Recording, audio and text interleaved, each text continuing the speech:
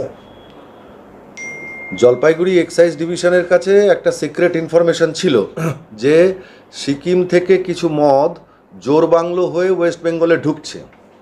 তো এই খবরটা থাকার ফলে আমাদের এই খবরটা আমার কাছে যখন আসে, তো আমি আমাদের ওসি দীপক টিগ্গাকে বলি যে একটা ওয়াচ ডিউটি সেট করতে। তো ওসি সাহেব একটা ওয়াচ ডিউটি সেট করেন ঘুমভঞ্জন এলাকাতে। তো ভোরের বেলা খুব বৃষ্টি হচ্ছিল, সেই সময় এই গাড়িটা, যে গাড়ির নাম্বার হচ্ছে আপনার WB76A7795, এটা একটা মাহিন্দ্রা বোলেরো পিক আপ। তো এই পিক আপটাকে ওরা ইন্টারসেপ্ট করার চেষ্টা করে ঘুমভঞ্জনে। প্রচণ্ড বৃষ্টি ছিল, গাড়িটা ওদেরকে সামহাউ ডজ করে। তখন এই গাড়িটাকে ঘুমভঞ্জন থেকে তাড়া করতে করতে এই কার্শিয়াংয়ের কাছে মাকাইবাড়ি টি স্টেটের আশেপাশে আমরা গাড়িটাকে ইন্টারসেপ্ট করি।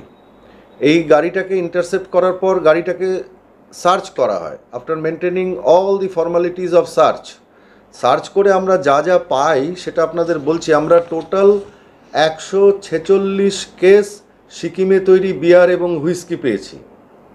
তার মধ্যে রেড সেমো বিয়ার ছিল 59 কেসেস, হিট বিয়ার ছিল 10 কেসেস, কিংফিশার স্ট্রং বিয়ার ছিল 52 কেসেস। টোটাল বিয়ার আমরা সিজ করেছি 121 কেসেস, দ্যাট ইজ 943.8 লিটার। এবং আমরা রয়্যাল ব্লু হুইস্কি পাই 3 কেসেস, গ্রিন লেভেল হুইস্কি পাই 2 কেসেস, হনিবি ব্র্যান্ডি পাই 6 cases. Total whisky and brandy seized is 99 litre. Rum আমরা পেয়েছি দু ধরনের, একটা McDowell's number 1 celebration rum 1 case, millennium 3X rum 13 cases, that is 117 litre. Total rum আমরা পেয়েছি 14 কেস, অর্থাৎ 126 লিটার। আমরা যে টোটাল মদ পেয়েছি সিকিমের নন ডিউটি পেড স্মাগলড মদ, বিয়ার এবং লিকার, তার ভ্যালুয়েশন হচ্ছে 10,34,400 টাকা এবং গাড়ির ভ্যালুয়েশন হচ্ছে 8 লক্ষ টাকা। তো আজকে টোটাল সিজারের ভ্যালুয়েশন হচ্ছে 18,34,400 টাকা। এবং গাড়ির ভেতর থেকে দুজনকে আমরা অ্যারেস্ট করি। সেই দুজনের নাম হচ্ছে, নামটা আমি এই মুহূর্তে আপনাদেরকে বলছি না, দুজনকে আমরা অ্যারেস্ট করেছি এবং এদের দুজনের বাড়ি সিংলা বাজারে, under PS Bijanbari, district Darjeeling. এখন এই প্রসঙ্গে আপনাদের কিছু জিজ্ঞাসা থাকলে করতে পারেন। একটা বিষয় স্যার, যে সিকিম থেকে এখানে মানে বেঙ্গলে যে মদ ঢুকছে, কেন মানে এই প্রবণতাটা কেন বাড়ছে স্যার? দেখুন, এক একটা স্টেটের এক একটা ডিউটি স্ট্রাকচারে ডিফারেন্স থাকে। তো সিকিমের ক্ষেত্রে সেই ডিউটিটা খুব একটু কম হওয়ার কারণে সিকিম থেকে একটা হিউজ ইনফিল্ট্রেশন ঘটছে।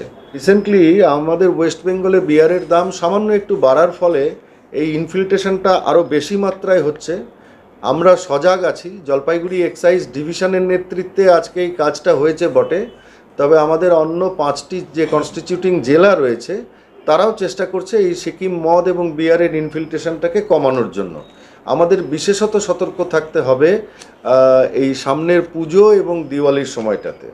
তো বলতে পারেন ফেস্টিভ সিজনে this is first of its kind যেটা সিজার হলো। স্যার, এই ফেস্টিভ সিজনে আপনারা কীরকম পরিকল্পনা নিচ্ছেন? মানে এই ফেস্টিভ সিজনে আমাদের যে পরিকল্পনা রয়েছে সেটা হচ্ছে আমাদের নাকাগুলোকে আরও স্ট্রং করা হবে এবং তার সাথে সাথে প্রত্যেকটি অফিসারকে বলা হয়েছে যে তাদের ইনফরমেশন নেটওয়ার্কটাকে আর একটু ভাইব্র্যান্ট করতে, যাতে করে আমরা এই ক্ল্যান্ডেস্টাইন ট্রান্সপোর্টটাকে রুখতে পারি। স্যার, একটা বিহারে যাওয়ার কি এখনো প্রবণতা রয়েছে মানে এ রাজ্য থেকে?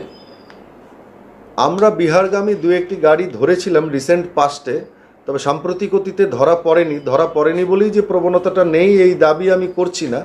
তবে বিহার বর্ডারগুলোতেও আমাদের নকশালবাড়ি এক্সাইজ স্টেশন তারা কাজ করছে এবং তাদের ডিউটি, নাকা ডিউটি ইত্যাদি চলছে।